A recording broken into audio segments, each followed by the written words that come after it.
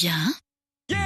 Mieux. Pour ceux qui cherchent toujours le meilleur, cadreemploi.fr. Offre d'emploi, CV et recrutement sur Internet. Boss Big Boss avec Frédéric Génaud, aujourd'hui le nouveau directeur administratif et financier de RFI, Radio France Internationale. Bonjour. Bonjour. Alors une grosse carrière dans les médias qui commence après un DSS de finance à Assas et un bref passage chez Arthur Andersen pour apprendre le métier de l'audit. Eh bien chez TF1, 10 ans chez TF1. Exact, 10 ans chez TF1, une opportunité.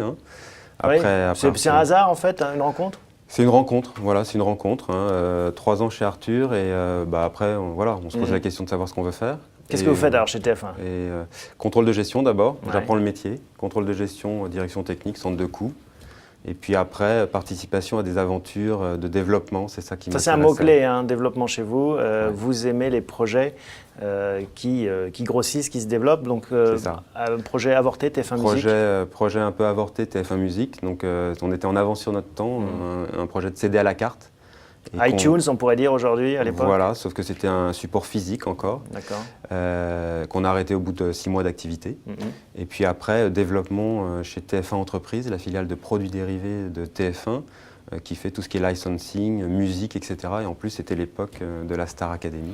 J'imagine qu'on ne passe pas indifféremment chez TF1, c'est 10 ans de sa carrière, c'est surtout au début, ça marque, ça marque des codes. Ça marque parce qu'en plus, c'est une entreprise à forte culture. C'est une culture aussi qui vient de Bouygues. Donc on apprend vraiment le métier de financier opérationnel pour aider les opérationnels à piloter l'entreprise. Et c'est ça que je retiens de TF1. Et alors en 2005-2006, prise de risque.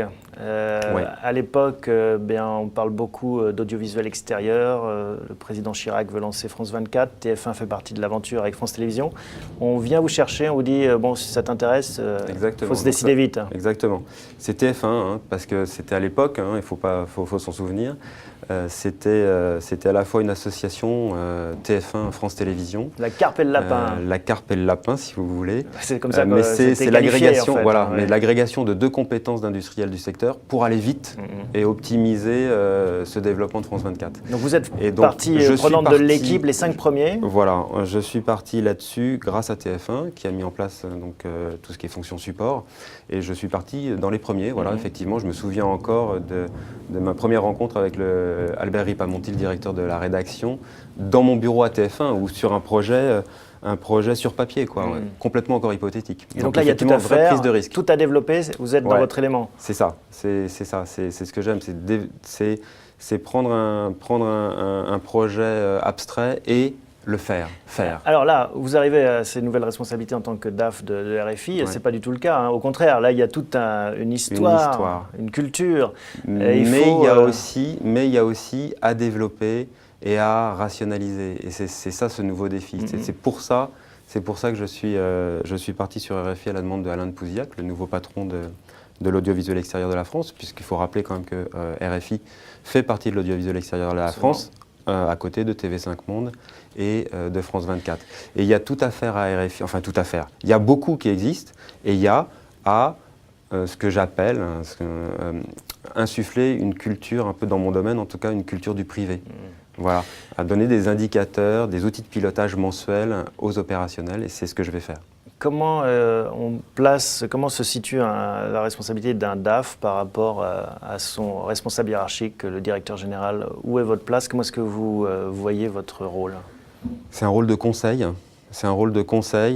Faut être très objectif et très factuel. Il ne faut pas maquiller la réalité économique de l'entreprise. Et il faut surtout anticiper au maximum l'activité, les besoins, pour pouvoir donner la meilleure information possible à un instant T à une direction générale, pour moi, ou dans mes services à un directeur opérationnel. Et à contrario, avec les troupes, ceux qui sont sur le terrain, notamment dans le cadre des RFI, beaucoup de journalistes, il ne faut pas être perçu comme monsieur non tout de suite, ça va coûter trop cher ou autre. Comment est-ce qu'on gère ça ? En fait, on gère ça en étant sur le terrain. Ça se fait en relation. Il faut apprendre à se connaître.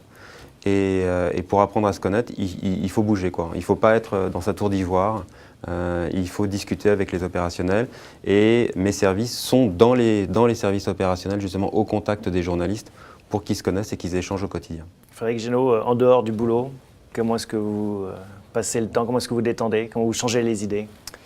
avec ma famille déjà, mes 2 petites filles, et puis après du sport.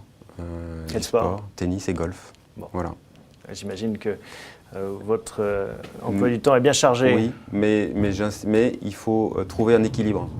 Et je le dis toujours à mes équipes, pour être efficace, il faut un équilibre entre vie professionnelle et vie privée, ce que j'essaye de maintenir. Eh bien, bon vent en tout cas pour ces nouvelles responsabilités. Merci Frédéric Génaud, à bientôt. Merci.